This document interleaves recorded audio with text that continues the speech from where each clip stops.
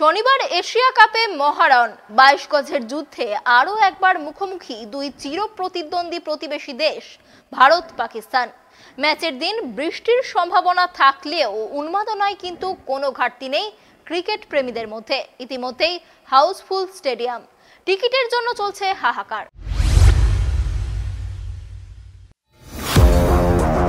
শনিবার পাকিস্তানের বিরুদ্ধে এশিয়া কাপের প্রথম ম্যাচে খেলতে নামবে ভারত।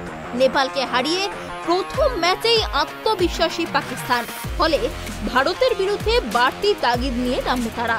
দীর্ঘদিন ধরেই এই ম্যাচ নিয়ে উত্তেজনা তৈরি হয়েছে। তবে ম্যাচের আগে সমর্থকদের একটাই প্রশ্ন, চূড়ান্ত দল কি হতে চলেছে, কে বাদ যাবেন, কে ঢুকবেন। সবচেয়ে বেশি যে প্রশ্ন নিয়ে আলোচনা চলছে তা হলো কোন ফর্মুলা মেনে প্রথম একাদশ তৈরি করবে ভারত। দলে কি 3 স্পেশাল রেখে হার্দিক পান্ডিয়াকে চতুর্থ স্পেশাল হিসেবে খেলানো হবে, নাকি 2 স্পিনার খেলানো হবে এবং অতিরিক্ত স্পিনারের ভূমিকা পালন করবেন রবীন্দ্র জাদেজা। প্রথম একাদশে এই একটি জায়গায় সমস্যার মূলে।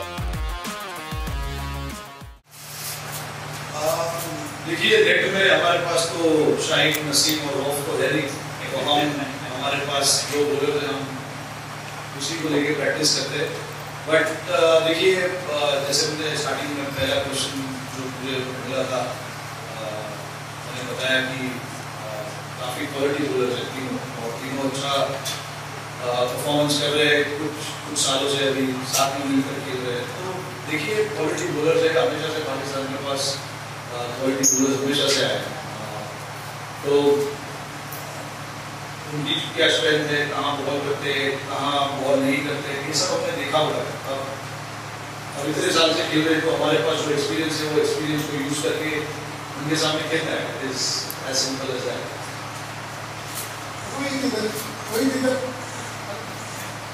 रोहित, ढाई महीना बहुत एक्साइटिंग रहेंगे क्योंकि 2 बड़े टूर्नामेंट, और सबसे अच्छी बात की टॉस जीतो मैच जीतो वाला मामला नहीं। मुझे लगता है देखो, क्रिकेट अच्छा खेलना पड़ेगा मैच जीतने के लिए।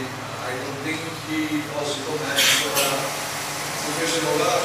जैसे आपने कहा कि ये 2-2.5 महीने काफ़ी एक्साइटिंग है, काफ़ी चैलेंजिंग होंगे। बट कोई भी टीम के लिए, और खास करके हमारे टीम के लिए, हम कोशिश करते हैं कि हमें छोटे छोटे गोल जो है वो रखने, और सामने क्या है उसके ऊपर ज़्यादा फोकस करना है। तो कल हमारे सामने पाकिस्तान का मैच है, तो हम फोकस करेंगे कि उस मैच को हम कैसे अच्छे तरीके से खेलें, और उसके बाद आगे की सोचेंगे कि आगे क्या करना है। I think short term goals जो है वो काफ़ी इम्पोर्टेंट होता है, और आई थिंक टीम के लिए वो करता है।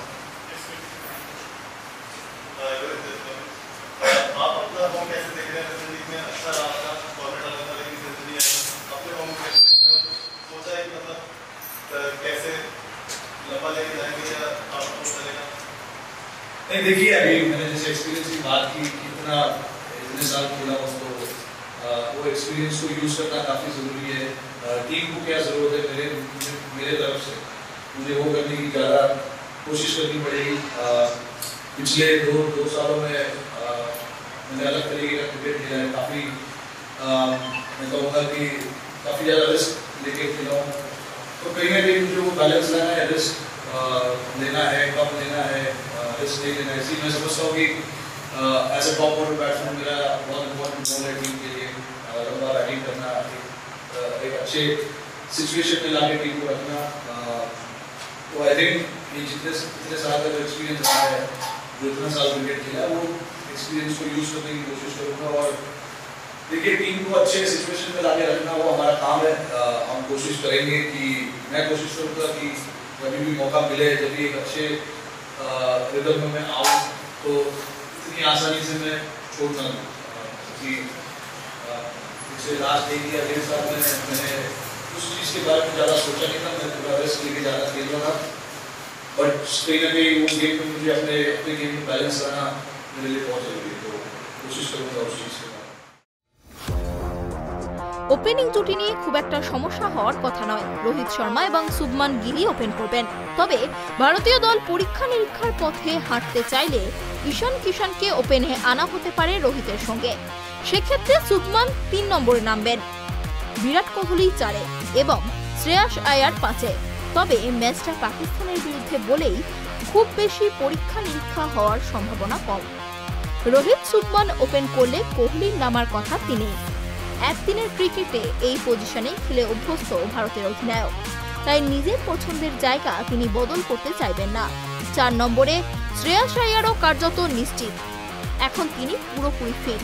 তাছাড়া কোচ রাহুল দ্রাবিড় আগেই ইঙ্গিত দিয়েছিলেন যে গত 18-19 মাস ধরে শ্রেয়াসকেই 4 নম্বরের জন্য ভাবা হয়ে আসছে।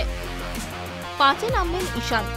KL রাহুল দলে ফিরলে এই জায়গায় আসবেন, কিন্তু প্রথম 2 ম্যাচে তিনি না থাকায় ঈশানকেই উইকেট কিপিং এবং মিডল অর্ডার সামলানোর ভার রক্ষা করতে হবে। হার্দিক নামবেন 6-এ। মিডল অর্ডারের এই পজিশনে খেলে তিনি ইতিমধ্যেই পরীক্ষিত, তাই অসুবিধা হওয়ার কথা নয়। জাডেজা অলরাউন্ডার হিসেবে দলে থাকছেন, তিনি 7 নম্বরে নামবেন। Bureau report, track TV.